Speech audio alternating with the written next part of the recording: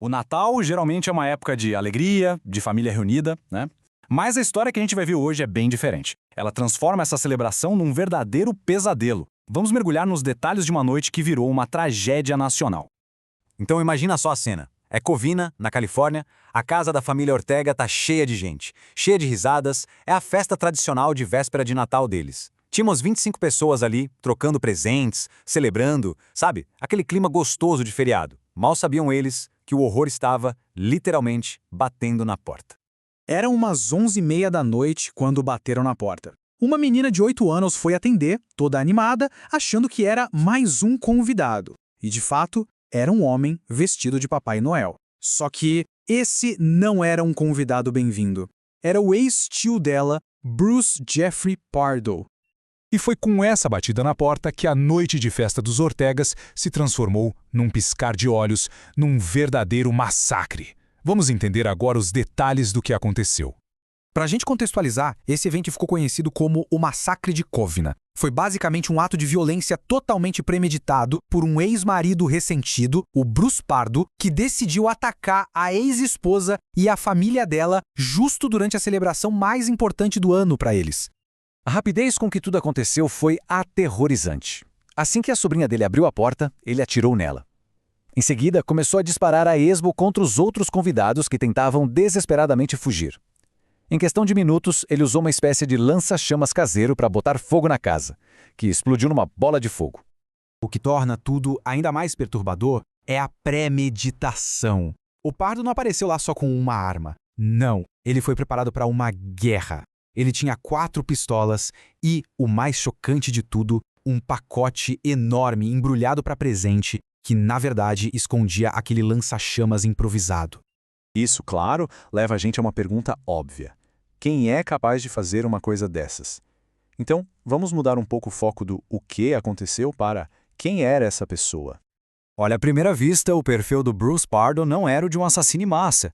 Ele era um engenheiro eletricista de 45 anos, tinha formação universitária, não tinha antecedentes criminais, mas a vida profissional dele estava desmoronando. Ele tinha sido demitido meses antes do ataque por fraude, por cobrar horas que não tinha trabalhado.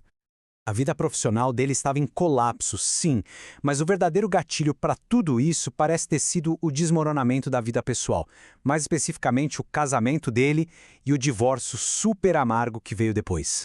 Essa linha do tempo aqui mostra a escalada rápida da situação. O casamento durou pouco mais de 2 anos, e as coisas realmente pioraram em 2008, com a ordem de pagamento de pensão e a perda do emprego. A finalização do divórcio, apenas uma semana antes do Natal, parece que foi a gota d'água. O Pardo guardava um ressentimento financeiro muito grande. Ele vivia se queixando para os amigos sobre o acordo do divórcio, dizia que a esposa o estava limpando.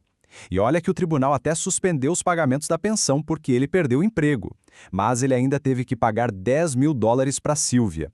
E ela ficou com itens de valor sentimental, como a aliança e até o cachorro deles.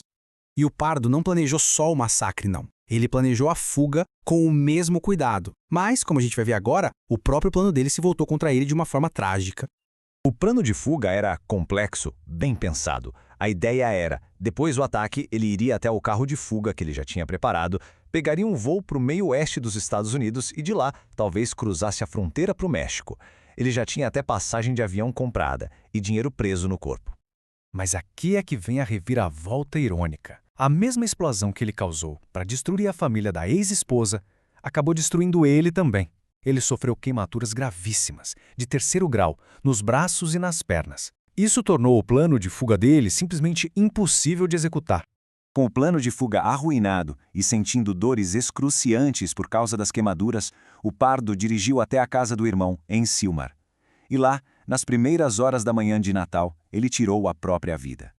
As investigações da polícia depois pintaram um quadro ainda mais sombrio de tudo isso. Eles encontraram o carro de fuga dele com uma armadilha, a casa dele parecia uma fábrica de bombas e descobriram também que ele estava sob efeito de cocaína durante o ataque. Tudo isso mostra um homem que estava numa espiral descendente completa. Em meio a tantos detalhes horríveis sobre o criminoso, é fundamental lembrar o custo humano dessa tragédia. Vamos dedicar um momento agora para honrar as vítimas.